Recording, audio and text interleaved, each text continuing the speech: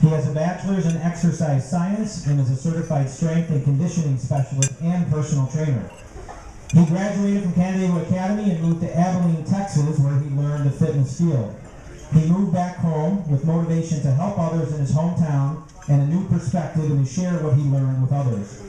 His personal program combines the best of group exercise, sports training, pre-physical therapy, personal training, and wellness coaching to make a unique program tailored to the needs of adults whose health has taken a back seat to kids, jobs, and keeping up with life.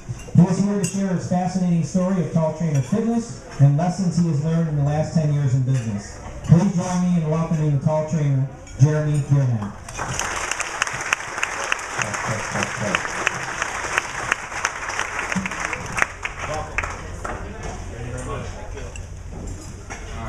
See if you guys can hear me. Hopefully you can.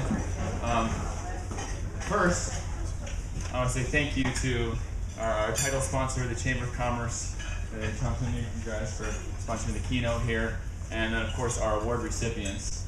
And so, all doing such great work that's worthy of being recognized. And I'm humbled and honored to be asked to speak in this type of setting.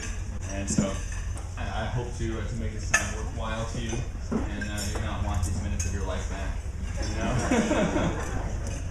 So thank you for this opportunity. And I want to get the elephant out of the room first. Does my presence ruin your meal? I'm a personal trainer giving the keynote talk. It could mess things up a little bit. Sometimes I'm almost a walking guilt trip. Sometimes maybe the only thing more disgusting than a personal trainer giving a keynote at a luncheon is this 5 pounds of fat replica right here. So approximate size, shape, color of 5 pounds of fat. So if we lose this, it doesn't fall off in one chunk though. Just so you know, it comes off lots of little places all over the body there. So hopefully I'm not nearly as offensive as that object there. So I do eat imperfect food too. So just to let you know, I don't really like exercise. I like the benefits. I don't like to do it. I'm going to eat dessert. Somebody said it's for this birthday.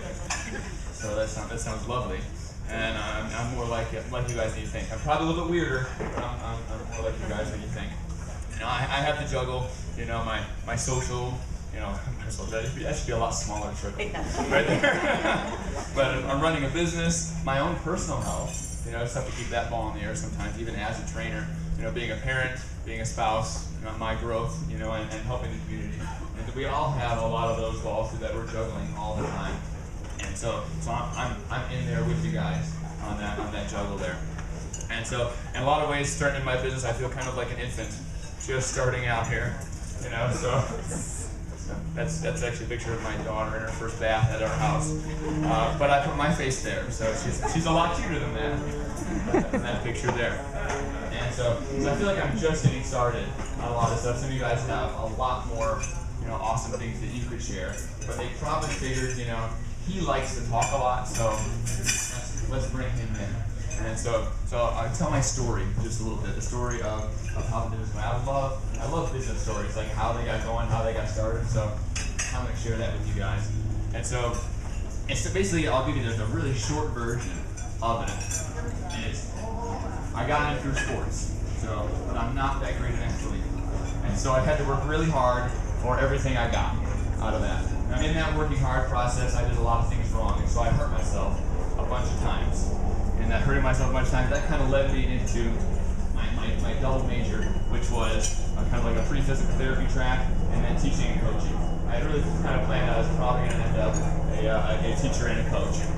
I had to do an internship for the pre-physical therapy major, and so I got to do it at this really cool health club here. And so it was actually a hospital-based fitness center. And they were just going through a massive expansion when I got there. I couldn't have planned it any better than that. I couldn't have set up this kind of opportunity for myself. It's like snowing. Alright, but I couldn't have planned any better. They doubled their floor space, and they're bringing all sorts of programs. So I got certified in just about everything. Here's proof that I taught a step class. Alright, I don't teach it now, but it's a tough class to teach. And I taught kickboxing. I even taught a hip-hop dance class. I'm not going to show you any of that. But taught spinning, taught so many different things. So I got this sports background, I got this injury background, and I got this group exercise, and I started personal training there too. And so I started getting like all these great ideas coming in there. And so I started to think about, okay, so I want to try to combine the best of some of these things. So the best from the injury prevention area, you know, the best from group exercise, the best from sports, the best from personal training, the best from the science that I was learning in school, and the best in kind of the education. Stuff that I think is could be a teacher. In fact, I actually still am a teacher. So there's just kind of very few people that actually get to major and do things and actually use both of them all the time. And so I actually do use what I've learned in college very much. So you can even add a little bit of like psychology and sociology, or group dynamics that we try to put into the program. So what came out of that was this idea for tall trainer fitness boot camps. And so, and my mom is a part of the story. Mom, could you put the camera down for a second? So my mom struggled with her weight. She's not struggling. How long have you maintained now? 10 years. 10 years. So she's maintained, she's lost the weight and maintained it for 10 years.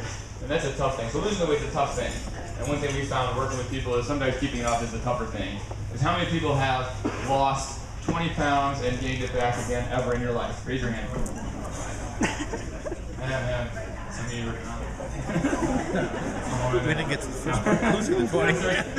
We know how to lose weight. Keeping it off is a whole different challenge there.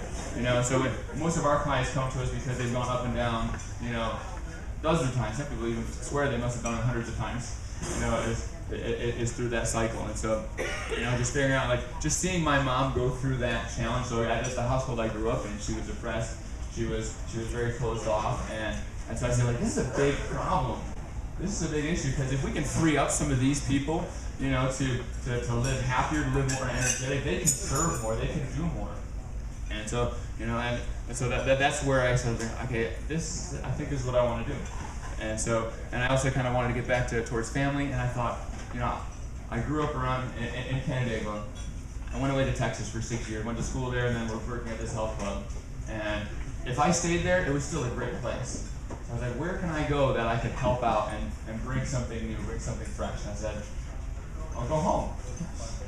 I got a place to crash too, so that made it a little bit easier. I was one of those guys that lived in the basement starting a business, you know, for about a year there. And so I moved back. I took the leap. I drove my little Chevy S10 here, and I had my bag. I even decided to bring the bag today. You know, I would carry this bag, this mat, and some exercise tools. I went to people's houses. So to keep the overhead down, you know, while I was getting started, I traveled to people's houses. So I went to Penn Yan and Branchford and Geneseo and up to Rochester. Anybody that found out about me, I went there.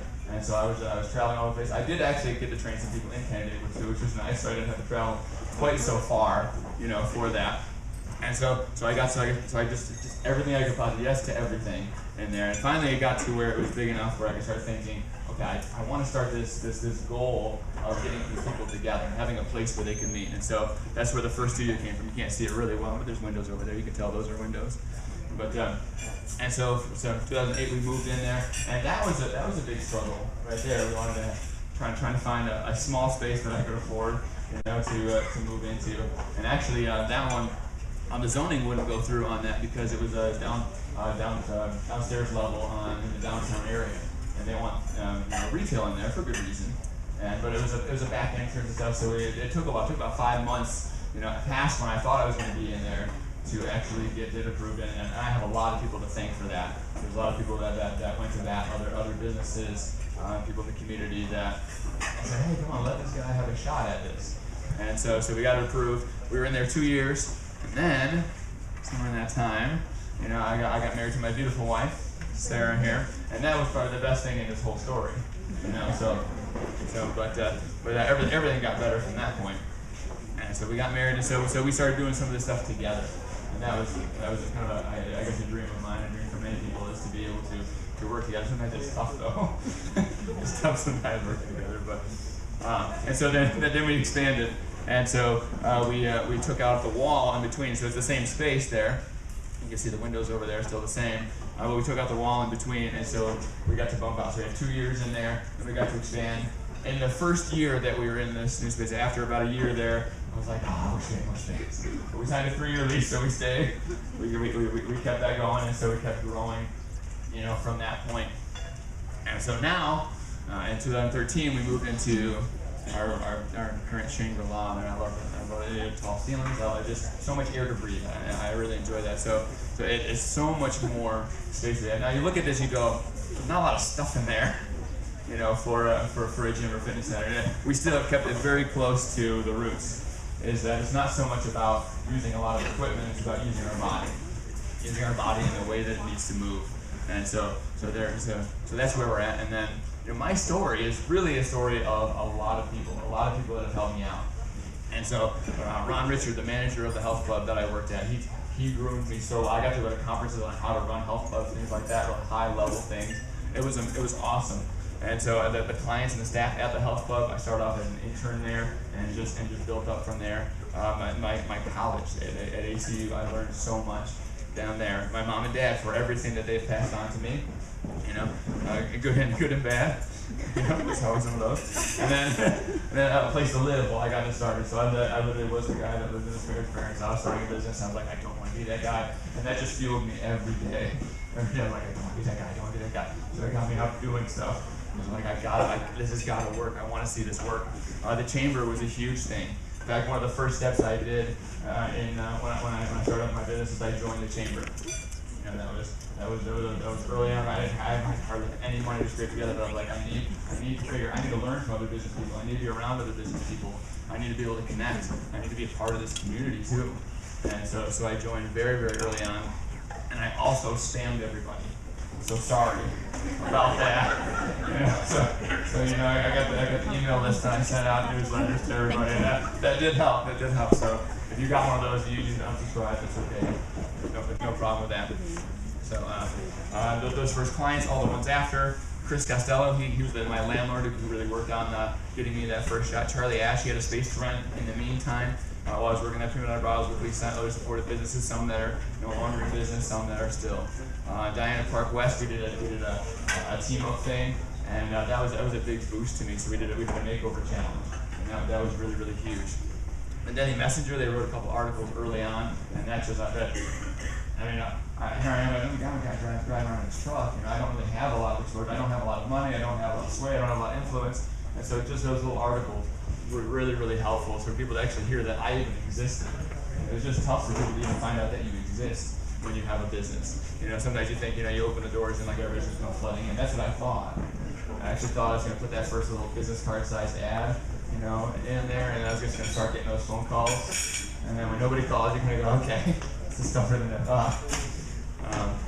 And so, then the team. So I have a team of trainers and staff that we work together. I would never be able to hit the level that we hit, without support. I reached my maximum a long time ago of what I could actually do helping people. And so there's only so many hours I can put in to do that. And so these people, help us to reach, a ton of people. So we have about 140. Clients in any given month there, so about that many. And so now we've arrived. That was kind of my flight story. And we arrived. This is what we do. This is our mission statement: restoring bodies and lives to the glory of God. And that was the scariest thing I ever put up on our wall. All right, because it says God in there. And you feel like you put God in something, and you feel like they're going to expect perfection out of you. And you put that out there. You say, like, I believe in a God. You look at this beautiful. This beautiful place. I can't say that there isn't a God. That's a part of who I am, and that's why I do what I do. And so I was like, let me just put it. It motivates me, and people that like that can like it. People that don't like that, they don't have to like it. They never have to come. That's fine. It's okay. We don't beat people over the head with that, But that's a part of what we do. Our basic philosophy. This is really, really helpful. Hopefully, maybe some of this can become your philosophy too. Move the way God designed us to move. If you don't believe in God, at least you can see there's maybe some design going on with us. Eat the way God designed us to eat. And then always try to be perfect. No, wait. Strive to get better, not for perfection. All right? So, if your goal is to eat perfectly, you're gonna always try to eat the perfect thing, you will fall short all the time. There is no perfect food. With the chemicals in the wind and stuff like that, those fine particles, everything's a little bit contaminated. There's nothing perfect out there. And so you just try to do the best you can with what you've got. And sometimes it's not going to be healthy. I haven't found the Dorito tree yet, but I'm hoping I can find one. I'm hoping there's one out there because every once in a while there's something. All right?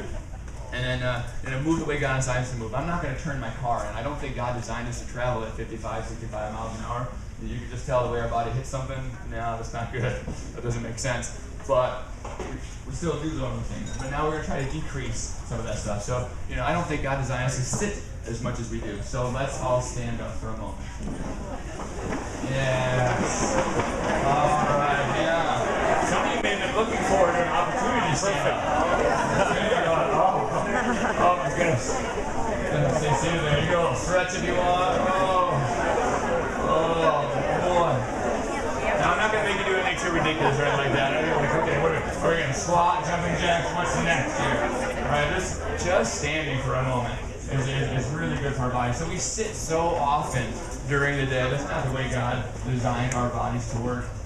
And so getting up out of our desks more often if we have a seated job, and in the evening, instead of collapsing on the couches, find active things to do. So we're not trying to be perfect at this. We're just trying to get a little bit better. And so that means you get out of your desk a couple more times in a day. That's good. And so we just keep making progress. We celebrate those small increments. You're never going to do it perfectly. I've never even had a perfect squat. I do exercise all the time. I've never had a perfect squat. But it's pretty good. And I'm getting better. And I'm getting better, and that's really the goal of what we do. Go ahead and have a seat there. Unless you want to stand up here, I'm like, oh, that's so good. That feels so good. All right, so why? Raise your hand if you've seen Simon Sinek's TED Talk about the golden circle. Anyone? Those of you who did not put your hand up, which is a good chunk of you, go on YouTube, type in golden circle TED.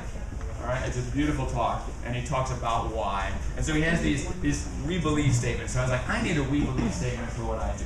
And so here's what we believe. We believe that a healthy, strong body is a gateway to improvement in every other area of life. Happier, more energetic, confident, relaxed people are more productive at work, more patient and kind at home, and are more enjoyable to be around. As these people shine, they inspire those around them to shine with them. So as corny as it sounds, our goal is basically to change the world through fitness. So as we inspire people, as we get people healthier, as like my mom lose weight, they feel happier, as they go out and change the world. We just equip people to go out and do that. That's what we do. And so we do a pretty nice job. Janet's 54 pounds, 70 pounds for Tom, 23 pounds here, and you always see a bigger smile. There's a good smile there, but there's a better smile over there. And so 25 pounds, just lots of wonderful results. And I think Karen, that was after 3 months, but she's down a little more than that. She looks like a model. It's ridiculous. All right. Lynn, we even had some people that have gone through the program. Lynn, right over here actually, has lost 35 pounds. When I was driving to his houses, I actually drove to her house. And now she's on staff at Tall Trainer, and so she helps out with people there. Christine is another one. She's on staff now, but she lost 36 pounds in a very short period of time, and looks fabulous. Kay, one of our all-time hero stories, is Kay. She's 65 pounds between these two pictures, 85 pounds from where she started. So that first picture, we didn't even take a starting picture. We missed an opportunity on that one. But 85 pounds altogether, off 3 medications, and just a pistol of a person there. She complained for over 10 minutes. My best is 5. I'm like, oh, that 70-year-old woman. I've got to get her, God. So she's my inspiration on that. And then Deb, a very brittle diabetic, and she's been able to lose weight and maintain it and maintain such great health with that. And so we try to make it fun. We try to, emotionally safe, physically safe, supportive education, all that good stuff. And so, here's Abraham Lincoln, cowboy. This guy, that guy, a little disco day. Turkey hat. So I believe it's important to be an expert, but I think we also need to have fun when we exercise. We need to do the right things. We also need to enjoy that process as well. And so why I think we're still here? Because of focus intensity over time times the power of God equals momentum. If you just keep plugging away at something over and over and over and over again, eventually if you hit your head into the brick wall enough times, it will cave because your head will keep healing. Your head will heal, and you hit it again. Your head will heal, and you hit it again. And so that's how we've gotten to where we're at. It's just keep working on that. And that's how a lot of you guys who are successful, that's how you got there. It wasn't like some little secret magic sauce or trick or anything like that. You keep pushing. One of the toughest things in business is people. One of the most awesome reasons to be in business is people. The only reason to have a business is people. So we got to serve. Is serving other people, taking care of them is what we're about. Live on less than you make. Live below your means. Press overhead down constantly. Overhead just keeps growing. Kind of fight to keep it low. Pay off your debts. That's amazing freedom in that. Get an emergency fund for yourself personally and for your business. When we come across hard times, this is us living in a trailer when we first got married, so we could pay off our debts, and here's us jumping for joy as we paid off $98,000 in student loans. All right, that was nasty. That was a big burden to get into in our marriage. Welcome to marriage, and here we go. That's how we started. So if you get all that stuff cleared out, you don't have to make as much money, and then you don't freak out about the money as much. You just can focus on serving. And so we got that out of the way so we don't have to worry about the money. We can focus on the service. And so never bet the farm. If business never increased, we could afford each move. Every time we stepped up the studio, if business never improved, we could stay there. We could still be in that place. So if you go belly up, if you got a business that's helping people, serving people, providing a good service, or something like that, if you go out of business, those people lose their jobs. The people you're serving no longer have somebody that's serving them. Don't risk it all on a stupid move. Don't add zeros to a dumb idea. You're going to fail lots, but don't overemphasize. Never bet the farm on that. Those people need it too much. And then wake up and grind. I used to think people who are more successful than me, were lucky or were somehow part of an in crowd or something like that. They had these connections that did that. As I studied people, I learned that they wake up and grind. They just get up and they get to work every day. And so, you can work half days. I read in this one book, one guy said, I don't know how I got here, the CEO of a major company. He said, I don't have a college degree, and I've only worked half days. So I guess my suggestion to you is do the same. And it doesn't matter which half you work, the first half or the second half. All right, so you just get up and you go to work, you get the job done. And so our award winners are great examples of that today. And so you guys that are getting these awards, you guys are waking up and you're doing the work. You're serving your clients. You're serving the community. You're taking care of people, and that's what business is about. So, hope you enjoyed my story, and maybe you'll help us write the next chapter.